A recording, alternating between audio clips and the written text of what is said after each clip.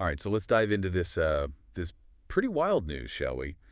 President-elect Trump's pick for Health and Human Services, Robert F. Kennedy Jr. Wow. And, I mean, this is not your typical cabinet appointment. We could be looking at, like, a complete reshaping of American health policy here. Definitely a big deal, yeah. And we've got some great sources to unpack this. Fox News, Politico, the AP. Yeah. Everyone's buzzing about it. It's pretty interesting to see the different takes. Yeah, absolutely.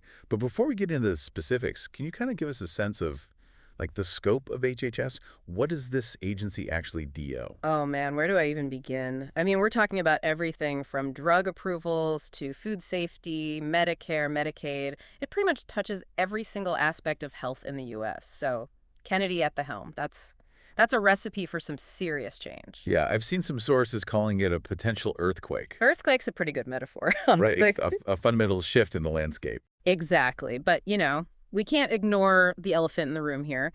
Kennedy's got some pretty controversial views, especially when it comes to vaccines. Yeah, that's been a big part of the conversation. A lot of skepticism out there. Yeah, tons of skepticism. He's been a pretty vocal critic of vaccine safety, which has put him at odds with, well, pretty much the entire medical establishment. Even some members of his own family have spoken out against his stance. Right, right. Okay, so that's one piece of the puzzle. But, I mean, we also can't forget his Make America Healthy Again campaign. There's a message there that seems to be resonating with a lot of people, this idea that the system is rigged against everyday Americans. It's a populist message for sure, and it's intimately striking a chord. He's basically arguing that corporate influence has corrupted our health system, making us sicker and lining the pockets of big pharma and big ag. It's interesting, too, because he's not just talking about this stuff. He's actually been out there fighting these battles. Right. Like he spent years suing Monsanto over pesticides. Right. Oh, yeah. He's taken on some powerful interests, so he's not afraid of a fight. And it seems like that's winning him some unlikely allies. Yeah. Our sources point to some surprising endorsements. Republicans, obviously, but even a Democratic governor has come out in support of Kennedy. It's definitely an interesting mix. It kind of shows you the potential for this issue to cut across traditional political lines. Kennedy's this outsider, anti-establishment figure, and his focus on these health concerns is resonating with folks who might not normally agree on much else. All right, so we've got this controversial figure, this populist message, and now some strange bedfellows emerging. Yeah. But, like, what does he actually want to do? What's his vision for HHS? Well, the sources lay out some pretty ambitious proposals. We're talking firing hundreds of NIH employees, restructuring the entire agency, Yeah. overhauling the FDA. Whoa, whoa, whoa. Back up for a second. Firing people. Restructuring. This is serious stuff. It's a pretty radical agenda, no doubt. He's also talking about eliminating drug advertising on TV, potentially banning common food additives, even halting water fluoridation. Okay, now that's just wild. I mean, those are huge E-changes with potentially huge E-ramifications. Exactly. And that's what our sources are grappling with, trying to understand both the potential benefits and the very real risks of these proposals. I mean, how would this actually play out in the real world? What would it mean for everyday people? Well, and I mean, let's be honest, we can't talk about Kennedy without talking about vaccines. This is the E issue for him. You're absolutely right. And it's bound to dominate the conversation around his confirmation, if he even makes it that far. I mean, you've got the entire scientific community saying vaccines are safe and effective. But then you've got Kennedy claiming he's not anti-vaccine, he just wants more transparency and better safety data. It's a pretty big divide. It's a massive divide, and it's hard to see how this doesn't become the defining issue of his tenure if he is confirmed. All right, so we've got the potential for this huge shakeup, this controversy over vaccines, and a whole lot of uncertainty about what's going to happen next. Let's dive a little deeper into some of the specifics, starting with the FDA. He's made it pretty clear that he wants to clean house there. Yeah, he's using some pretty strong language. He's specifically talking about clearing out entire departments, even mentioning the FDA's nutrition department by name.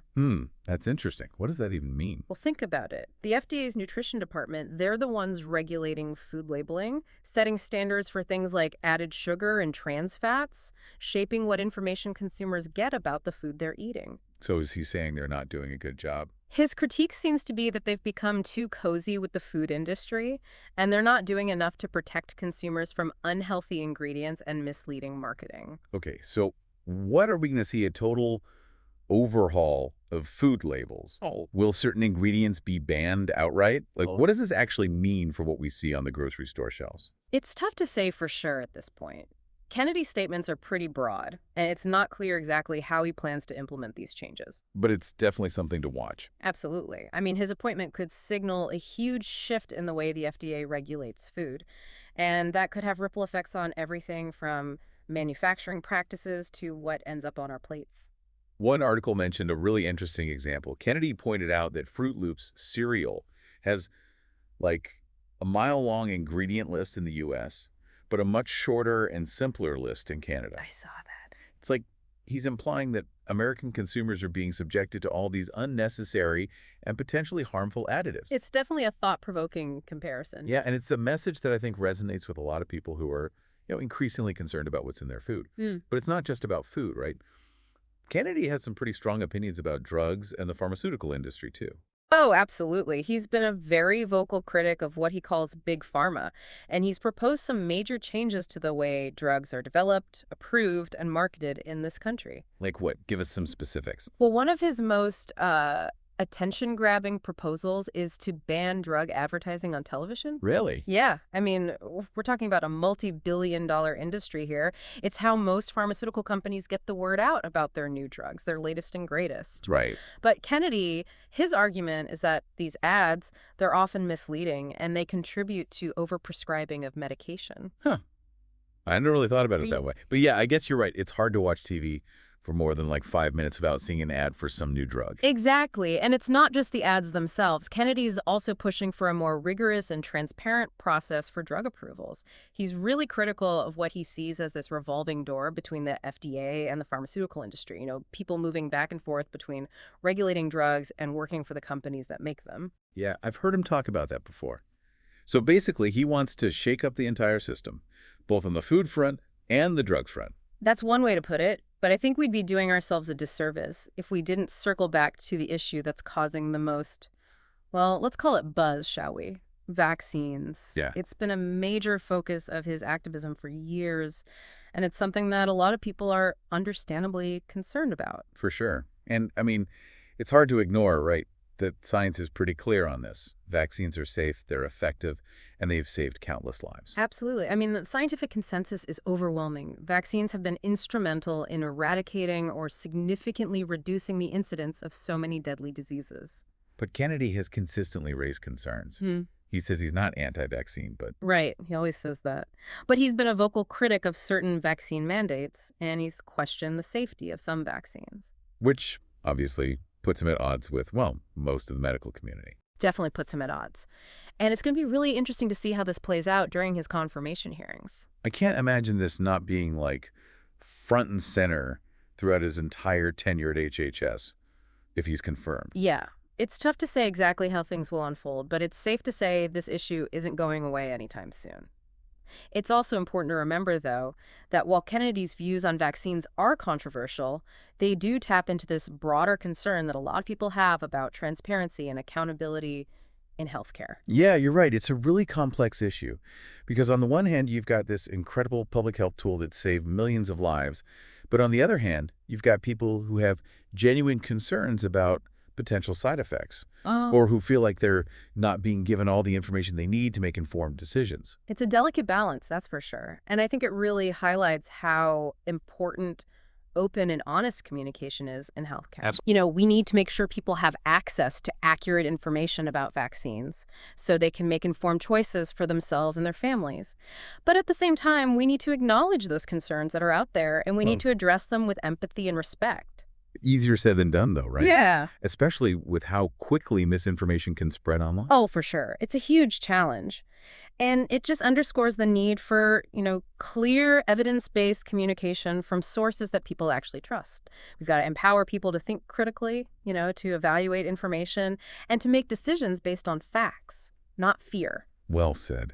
Okay, so we've got Kennedy's background, his Make America Healthy Again movement, the controversy over vaccines, his plans to shake up the FDA. Where do we go from here? What's the next step in all of this? Well, I mean, the next step is pretty straightforward, right? The confirmation process. Yeah. Kennedy's going to face a ton of scrutiny from both sides of the aisle, and it's going to be interesting to see how he defends his positions, how he lays out his vision for the future of HHS. I have a feeling it's going to be a wild ride. I think that's a pretty safe bet. Our sources are painting a picture of political alliances getting scrambled, public health officials basically freaking out, and even members of Kennedy's own family voicing their concerns. Yeah. This whole situation is unlike anything we've ever seen before. It's truly unprecedented. So, how do you think this all plays out? What's your prediction? Honestly, it's anyone's guess at this point. It's just too early to say. Okay, fair enough. Uh. Well, one thing's for sure. We'll be watching very closely. And in the meantime, we encourage you to keep digging into this topic. Yes. Do your own research. Form your own opinions. Don't just take our word for it. Okay, so we've talked about this potential earthquake, the political maneuvering, the big question marks hanging over Kennedy's approach. But let's zoom out for a second. Like, what does all this mean for the average person? You're listening to this, you're having your morning coffee. What should be on your radar? Right. That's the key question, right? If we step back from all the headlines and the drama, I think there are a few key takeaways here. First, this potential for disruption is real. Kennedy is not shying away from shaking things up, and that could mean some pretty big changes to the way things work in healthcare, food, everything. It's almost like, imagine waking up one morning and the rules of the game have completely changed. Suddenly the FDA is looking at food differently. Yeah. Drug ads are gone from your TV.